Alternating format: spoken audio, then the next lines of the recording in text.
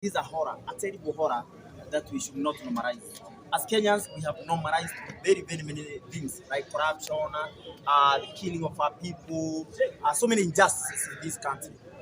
We've seen them happen every day, every single day. But we have normalized them. And it's very sad that we have normalized these things without holding our leaders into account.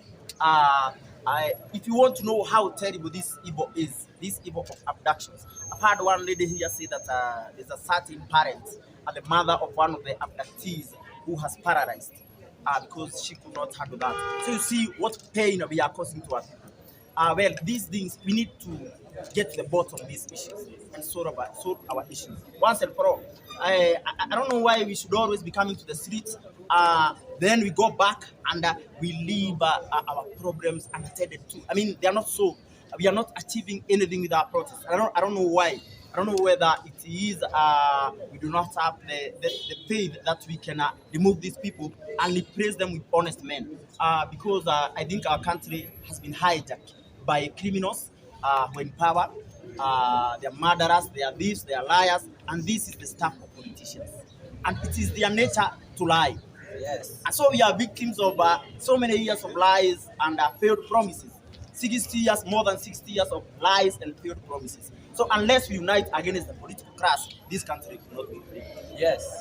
Another thing I have realized about this country, as I've been going out in my struggles, is about the issue of tribalism. I think that is where we are failing. And I think that is why we are always defeated by our politicians. In fact, that is why Ruto is in power today, because of tribalism. And the moment we sit down and talk about this issue and rise above hate, divisions, tribal divisions and tribal hatred, we shall be able to take power in this country. Yes. Otherwise, these are something that is in the mind. It's a mindset, you see. Tribalism is a disease of the mind. It is a state of the mind.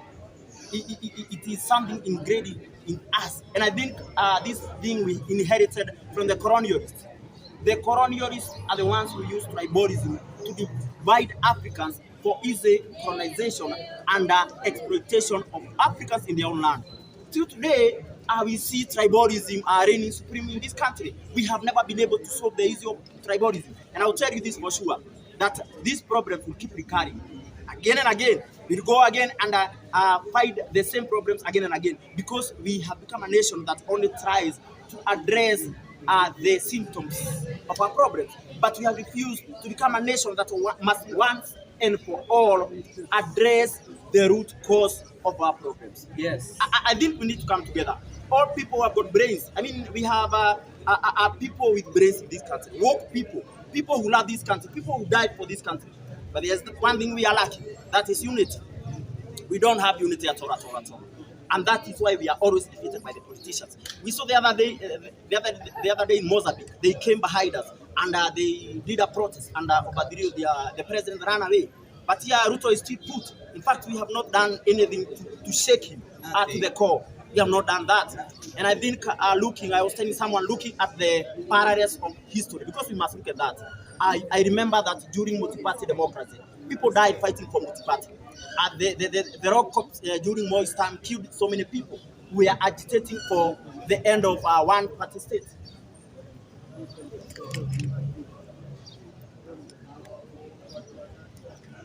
One-party state. And so after that, people did unite. There was a very strong unity of purpose in this country. That's when Ford was born. And I think Ford was going to remove Moi from power. But Moi was able to buy time, and he came out and divided the opposition. But what I'm saying is, in this time, we saw our brothers being killed on June 25. those who are martyrs. But it seems that their blood will go in vain because we are refused to unite as human rights activists, as defenders of human rights, as agitators of change in this country, as people who want to see real change, not piecemeal changes. We have refused to unite. That is our problem, Kenyans. Yes. Don't look for a problem anywhere else. It is simple as that. We have refused to unite. And if we can't unite, then we'll continue being ruled by sick people, by corrupt people, by murderers, by thieves and liars. And they will say put because we have refused to unite against them. I believe time has come for us to unite, for Africa to unite, for the poor people of Africa to unite, because we are fighting against an evil that is so deep-rooted, an evil called neocolonialism. I think we must see beyond